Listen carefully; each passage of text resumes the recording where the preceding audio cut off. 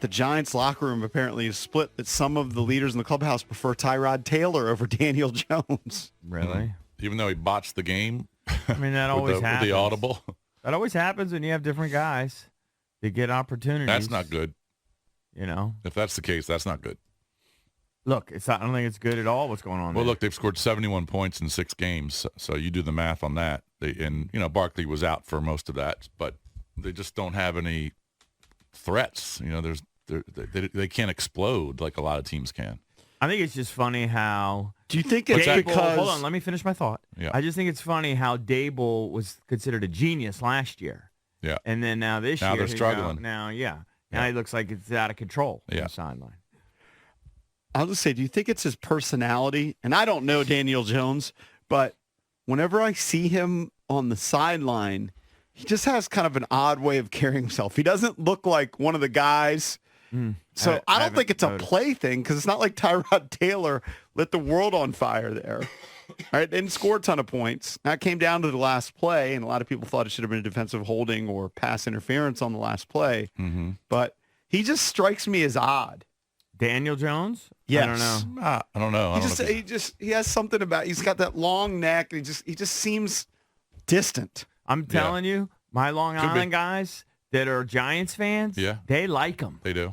It's weird because you'd think the perception here is that he's not that good or whatever, but they like him. They probably like his skill set. I'm not saying they're representative of all Giants fans, but they like him. I think they need to get out more.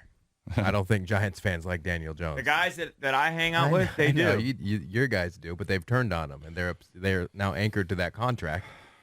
And just a few games in, they already want Tyrod, who always gets a little disrespected. Tyrod's had very good numbers, very serviceable quarterback in the NFL. I mean, he can win you games.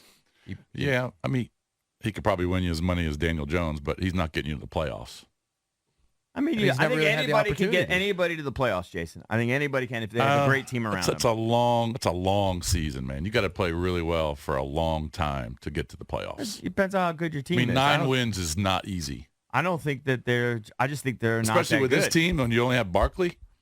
All right, maybe Waller, but Barkley, of course, when Daniel Jones got hurt, he snapped back at the fans who were cheering when Daniel Jones got hurt. And then if you saw social media, like I just punched up an article, here's an example of Giants fans talking about the injury. It's good in this case because ending his career however the way it can end is a very good thing. Jones is an effing loser. Defending this piece of blank $40 million quarterback is sickening. All right, I'm going to just text my guy Vinny right now. That's how desperate these teams are for a quarterback that you're going to give a guy, who a lot of people just see as an average quarterback, $40 million a year because there's no other options. But tell you what, the Giants keep losing, and who knows who's going to have the number 1 pick. They'd be in the market for a quarterback in the draft. 100%. I guess.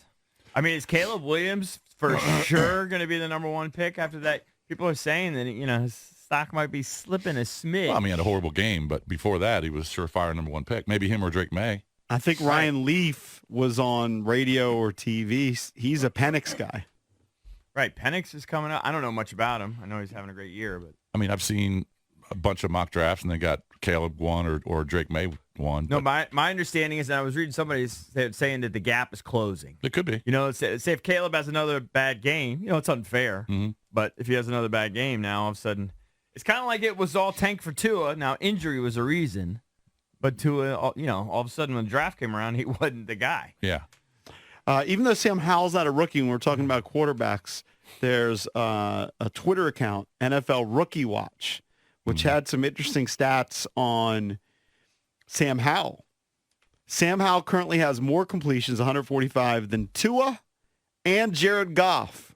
More passing yards, 1,500, than Trevor Lawrence and Joe Burrow. More passing touchdowns than Jalen Hurts and Matthew Stafford, and a better pass rating than every quarterback in his class. He's at 90.1, besides Brock Purdy, and he's doing it while being the most sacked quarterback in the entire league. Crazy to think Howell was still available in the 5th round. Thank you. Always said that. First of all, he's basically a 4th-round pick. He was like the first pick in the 5th round, right? He just doesn't get paid as a 4th-round pick. And I think if they had just acquired Carson Wentz, at least I think the Commanders would have probably taken him a round or 2 earlier. But at the end of the day, all that draft status doesn't matter now. He's playing well enough that he's bought himself some time that he should be able to withstand a couple bad games, and they could still go to him. You got to play well in your first 6 or 7 games so that when your inevitable bad games come, like the one he had against Buffalo, they could still trot you out there. Right. I was a little more generous with my grade yesterday than you guys. You guys both gave him a B. I gave him an A- because I thought he had really nice throws. I mean, if Jahan Dotson catches that ball, if De'Ami Brown catches, I know these are ifs, and they weren't necessarily. Well, the Dotson one I thought was pretty much a perfect one. The De'Ami one, you might make an argument could have been a half yard shorter, but De'Ami's got to at least lay out for it. Like I agree. I swear to God, he has a tendency that if it's an, I'll call them almost catches, he just does like one hand or doesn't seem to dive for him. Like I know that they're tough those guys, balls they to catch. I think they practice one-handed catches, and then you kind of get into a one-handed mindset instead of just diving for it with 2. Right. I'd much rather you dive with 2. Yeah, even Bijan in the game for the Falcons, he tried to do a one-hander. I thought that was a bad pass by Ritter, but like he tried to backhand one with his right hand. Yeah, it was weird. I think, or his left hand, whatever. I think that was just a body leverage thing. He didn't have an opportunity to go up with 2. But you can try. I know it's tough, but you can try and make the basket catch. The reason why I gave him a like B, you said, I don't think that was a great throw. The reason why I gave him a B is that, and I love the kid, and I think we've got something. I'm just stunned sometimes that he doesn't feel the guys that just pass him. Like he passed you on your right, that guy's not solved. Like he's still there. It's kind of amazing But to that me. could come with time. I hope so. I think it is correctable. Yeah. But there is like kind of an obliviousness that he had, and that's courageous. I mean, I would be panicky. I heard B. Mitch saying something, and I hadn't noticed it, but he said that there's a tendency for him to look down at the ground, which is you're not going to be successful if you look down at the ground. That he'll back up in the pocket, and then when he doesn't see something, he has kind of his go-to, like he kind of spins. We've seen like kind of he's spun out of trouble, whatever. But that might be kind of his go-to, and that you're never going to. His point was you're not going to be able to look downfield once you look to the ground. So he's back there, and then he spins. And his head's not downfield. Yeah, I usually do get the sense that when he scrambles, he ain't going to throw it. I just think... You know what I mean? Like, if he actually decides to tuck it and go, he's not looking to throw. I don't know how many progressions he goes through. Okay? But let's say he goes through 3 receivers and he starts on the left. He goes left, center, right. When he doesn't see it, then I think people talk about his internal clock. I don't think he then goes back. He then bounces out of the pocket, and sometimes he runs into sacks. Like we saw that, B. Mitch was talking about him backing up into sacks.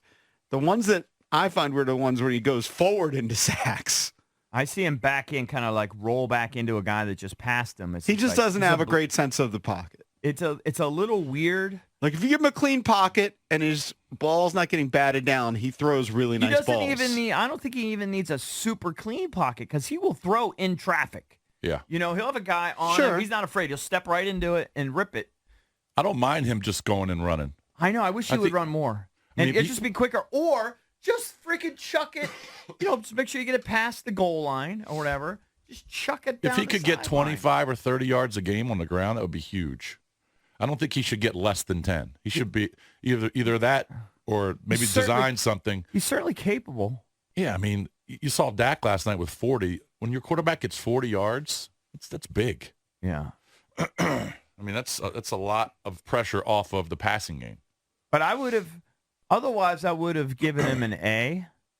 But sometimes the sacks are maddening. Although I may have been generous though, because the second half, like Jason brought it up, I think they had the ball 5 times and they punted it 4 times. Yeah, because the play calling, that's where it really fell apart. I know, but some of that is on the third down conversions, which are pass plays. They were 2 for 10 on third downs. Right, but they were third and longs. They were like really longs. And he was getting sacked on them. Yeah. Mm-hmm. Like the good thing is, and I don't think he knew it and did it on purpose, but 2 of the sacks that I remember, it was better he took the sack than incomplete. Because the clock ran. I said this yesterday. I don't think it's all on him. I noticed on one of the sacks that they showed the receivers, and they were all running like super deep routes. Yeah. and it was 3rd and long. Yeah. But you don't have to, like, if it's 3rd and long, and particularly if you're in position where you can kick a field goal, you don't have to run guys 20 yards downfield to grasp at the 3rd and 20. Just take the 5-yard Did play. you guys notice there was one play? It was late in the game. There was probably 3 or 4 minutes left. And they were trying to burn clock, but it was 3rd and 9, and they were getting nowhere. And Ron said, hey, you could read Ron's lips. He essentially said, what are you going to do here? And Bieniemy said, F it, we're going to throw. You know, and Ron said, okay. Like, we're going to go for it. I missed that. Whatever it was, like, the logic was you would probably just eat it and hand off again and burn another 40 seconds or make them use a timeout. Mm-hmm. But Bieniemy just said, F it, we got to throw. And Ron said, okay. Yeah. And they threw, and it was incomplete. Right. Well, I don't know. I just thought it was interesting. Ron was in his ear asking what the plan was. Probably happens a lot. Yeah. You know what I mean? Luckily the camera was on him and you could read the lips, but that probably happens a lot. Yeah. Well, certainly with the game on the line. What are they saying about, is Daniel Jones still I'll tell you what. kind of day to day? That's what they said yesterday. Yeah. But that is interesting. We'll find out tomorrow who's practicing. If the locker room is turning on him. Look, it happens when your team's 1-5. All right, so Drab, put your headphones on. So I texted Vinny and Joe. I know you guys, like, they don't like when I talk about him for some reason. I don't know. I said, what percent of Giants fans like Daniel Jones? Joe P said 90% of the people I know. And I said, Drab is trying to tell me fans are clamoring for Taylor. And Joe P said, I'm sure there are some, but most blame the blank line play. And then Vinny said, their line plays bad. Which one's the Dolphins fan? That's actually Joe P. All right, we'll throw him out. All right. Well, Vinny, but he can read the papers or listen to the radio. Yeah, I mean, game. he lives in the area. I can read I'm reading Twitter. I know. I know you're reading Twitter. I'm just telling you the people that I know from New York, and there are probably 50 of them. I'm telling you, I kind of agree with you in a sense. I'm kind of surprised by it. The number of people that they've consistently backed Daniel Jones. I thought they would be anti-Daniel Jones. I'm looking at the national narrative is kind of that he stinks. Let's see if he plays this week and against Washington, if he stinks and they lose, that could completely flip. I'm looking at Pro Football Focus's grades for quarterbacks this season, and it's interesting that Sam Howell and Daniel Jones are right next to each other at 23rd and 24th. In what, QBR? PFF's Pro Football Focus's grade. Right. They were always not that high on Brock Purdy. Now there's all this discussion because Purdy has his first bad game. You know, he was getting tossed into the MVP race, and they're like, oh, he's just a product of the system. He's a bum. Pro Football Focus has him 17th, whereas ESPN, if you look at QBR, had him at number 1. Yeah. It's just interesting, the grading, like how it can be so different. Of course. There's so many metrics. There's so many lists. The number 1 PFF guy right now is Jared Goff, and he is having a good year. Their number 2 is Lamar Jackson. If you look at Lamar Jackson's numbers, and Valdez, spoke on this, if it just looked like his touchdown interception, it's very low. Mm-hmm. How many touchdown passes does Lamar have this season? I think 5. He doesn't have a ton. I think it's 5. Yeah, so like if you were to look at QBR, which is ESPN's version, they got Lamar Jackson down at 13, while Pro Football Focus has him number 2. Well, I'm surprised that Daniel Jones is even that high because if you look at what he's done this year, he's got two touchdown passes in 5 weeks. He's got 2 touchdowns, 6 picks. You're talking about Jones. Right. But I'm telling you, those guys say they're blaming the guys up front. Well, yeah, they had a guy off the couch. He literally said... I'm sure that has something to do with it. He literally said, when everybody else was saying their college, he introduced himself, Justin Pugh, off the couch. Right. But think about the Giants this year. They've gotten beaten by 15, 21, 18, 40. Mm-hmm. Just getting shelled. Right, but haven't they been riddled with injuries? That's what Vin Well, tells obviously me. Barkley was hurt. Yeah. the entire Barkley was year. hurt. Until They had all the guys on the all line. the offensive lineman guys, yeah. Yeah, And I mean, that Waller's hurts. been in and out. They don't really have. Do they have? Who are the Now top Daniel Jones. receivers? Who are their top receivers? No, Slayton. Well, they drafted the Hyatt kid out of Tennessee, but I don't.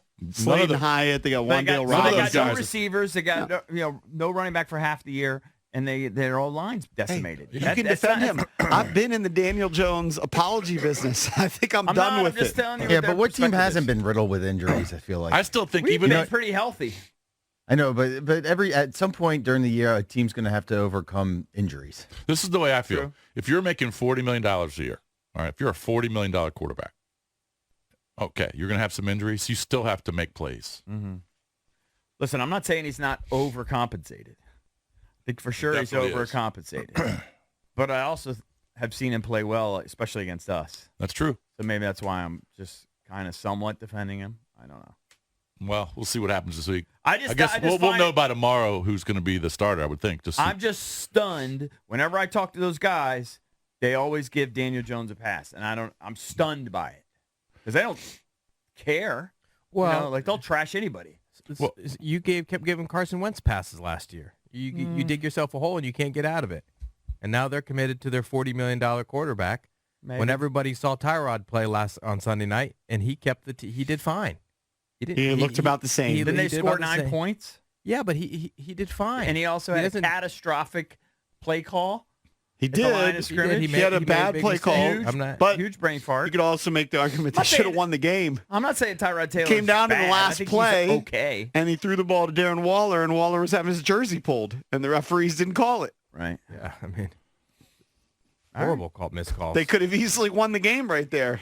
So Well, that's why there's supposedly a split in the locker room. So we will see what happens for the Commanders this week as they face the Giants, a team who they lost to last year and they tied last year. Yeah, both low-scoring games, I think, too. I think it's going to be a low-scoring, ugly game. Giants defense will probably keep them in it for a while. Who knows who's going to start a quarterback, but it's just going to be one of those games that goes down to the last couple possessions.